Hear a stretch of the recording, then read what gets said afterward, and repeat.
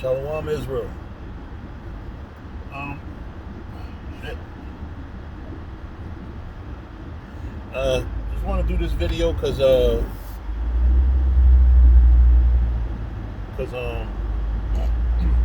something personal I'm dealing with. You know, well, the video's not about the personal thing I'm dealing with. The video is actually more about, you know, something that I want to tell brothers. But basically, you know, it's a lesson to be learned out of it, right? When you in this faith, you know, life gives you a lot of lessons out of the scriptures. You know, one lesson is not to trust. First be the man that trusts the man. Right? Very recently, you know, I was in a relationship for some months. It was unfortunately one of those on again, off again relationships because, you know, a lot of times, like, she just wasn't seeing eye to eye with me about certain things. But then, you know how it is with these women. They get lonely and shit, and then they, all of a sudden, you know, hit you up. So, in this particular situation, what happened was, early December, girl that I've been with for some months gets into a financial bind. And she asked me if she could borrow one of my credit cards to you know, to pay for a few things. Which is fine, you know, when you're involved with somebody, it's fine. You know, you know, you pretty much look out for them, right? I don't have a problem with that. Now, what wound up happening is late December, we broke up. December 26th, actually. I remember because it was so-called the day after Christmas. And, you know, the whole world lets you know when the fuck it's Christmas. So, what wound up happening, I haven't heard from her since then, since we broke up. And I'm not in any way, shape, or form heartbroken. But my thing is, where the fuck is my money? You know, she ran up a, you know, decent amount of charges. And it got me to thinking how many times it happened with brothers in the truth. Not always with money. You know, sometimes it, you know, I done had niggas borrow fucking garments. I done had niggas borrow jewelry. You know, the huge shield of David that I used to be famous for wearing in Israel, somebody, a so-called brother got that. A whole bunch of tapes from One West, a whole bunch of books. You know, the church's money. You know, and then it got me to thinking how many other people that are in other camps that I've never met before have gone through this. Because it seems to be a common practice in this world where you loan something to somebody and you guys have a falling out while they still have your shit and they don't feel the need to give it back to you. And it got me to thinking, you know, how many splits that there are, how many brothers stop speaking, how many brothers fall back into the world, you know, and motherfuckers, at the end of the day, motherfuckers are just not stand-up individuals. And I say this because it really hurts a lot sometimes, man. Like, bro, when you weren't an asshole like this when you asked to borrow it. You came, you know, like a lamb. You know, you came humble. And now that you got my shit, now you want to be fucking arrogant and bold and disrespectful. You know, and threaten to beat one of my brothers up. You know, and it just goes to show, man, and this world has a lot of pieces of garbage. Now, I'm not saying that the female intended on doing that the whole time. I really don't think that was the case. If we were together, she would pay the money back. And she might still. But the fact that I haven't even heard anything from her, because I think it's one of those things where, you know, this thing that Jake in the World does, they're trying to see who caves in and speaks first. And I haven't caved in and spoke because I don't give a fuck. Just pay me my fucking money so I can pay off that credit card and we good. And if not, I'm gonna pay it off, you know, in time, help build up my so-called credit. But you're gonna pretty much be buried. You know, the Lord watches. And this is one thing that motherfuckers in this truth do not fucking seem to understand. The Lord is watching all the shit you do. The Lord is watching. You know, I remember when I had a falling out with Zabak, when we was all the house of Israel, I was the treasurer. And within a week of me, I don't even think it was 24 hours before, you know, I don't think a full 20 hours from me leaving the church had passed before Zabak had the check in his hand for the entire amount of the church's treasury. I literally had 100% of the church's money in my bank account with no legal recourse for anybody else. If I wanted to keep the shit, you know what I'm saying? There was not a possible lawsuit in the world that could have gotten that money up out of me. But you know what got that money up out of me? My character. The fact that I'm a man of my word. I'm a man at the end of the day. A lot of you dudes ain't men. A lot of you chicks ain't fucking women. A lot of y'all are trash, garbage, man. A lot of y'all ain't shit. And you know what? You know, at this stage in life, I don't want to do nothing to you. I don't want to hurt you.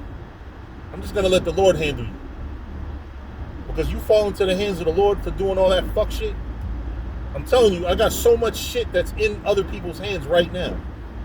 Garments, valuable tapes from back in One West. A lot of stuff, man. Like I said, jewelry.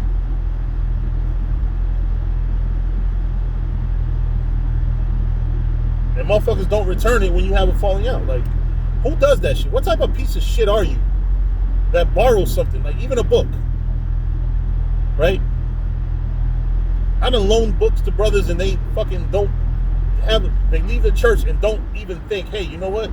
Let me mail it back to Shah. Let me get in touch with Shah, see if I can get it back to him. No, niggas just want you to fucking jump through hoops for him. Like, I want my garment back and you can't fucking mail it to me? Like, who raised you niggas, man? And who raised you chicks? Because this isn't just a video coming down on you know, dudes in the faith. This is really people in the world. Like, how do you fall out with somebody and keep their shit? In my honest opinion, I have a falling out with you. I don't want nothing of yours in my house. I don't got nothing that I can think of that belongs to anybody in my house right now. Even if it's not a falling out, even if it's a friendly, departure, whatever. If somebody asks for their shit back, you can't get mad. I'm not going to see you as often as I saw you when we was doing the work together. I'm going to need my shit. I need my garment. Run me my shit. I don't know what is wrong with people. People, Israel, I'm going to tell y'all something, man. Israel and people that's outside this faith can be the worst scumbags you can ever imagine, man. For you to hold on to my shit, I'm telling you, man, dudes borrowing money from the church, don't pay it back. Like, how do you live with yourself? How have you not killed yourself yet? Being that type of person.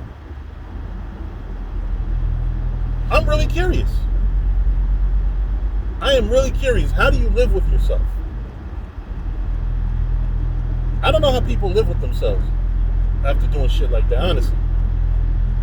I really can't fathom how people actually can look at people in the eyes and act like they're good people. Because real talk, man, you're doing things that only pieces of garbage scumbags do. You know, like I said, man, when I had that falling out with Zabak, I don't think it was a whole 24 hours that passed between me leaving his camp and him getting a check in his hand for the entire amount that was in the treasury. I didn't deduct the tithes that I paid over the years. I didn't help. I didn't hold back anything for myself. Oh, let me take 1,000 for all them nights I was freezing my balls off in Times Square. None of that.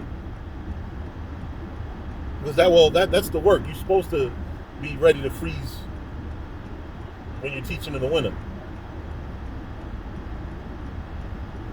You know, but I don't know, like, who raised y'all people, man? It almost seems like I'm going to have to make sure not to have a falling out with nobody to not lose none of my shit.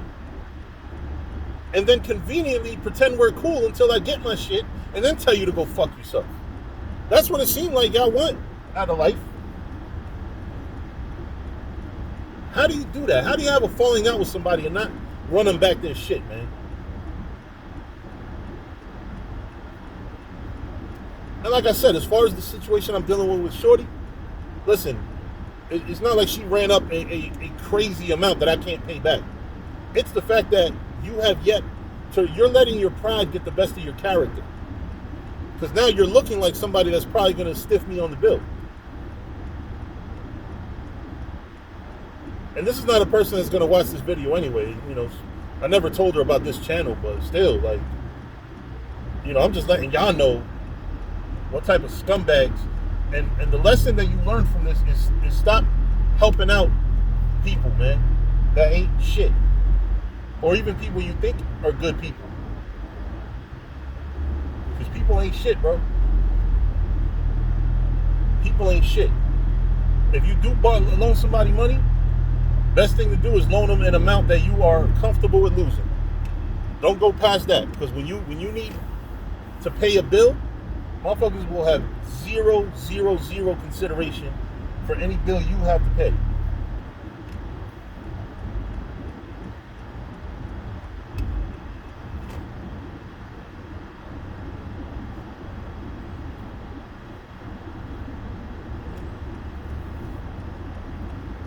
They will literally not give a fuck.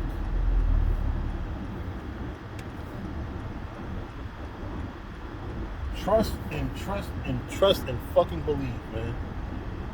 People do not care.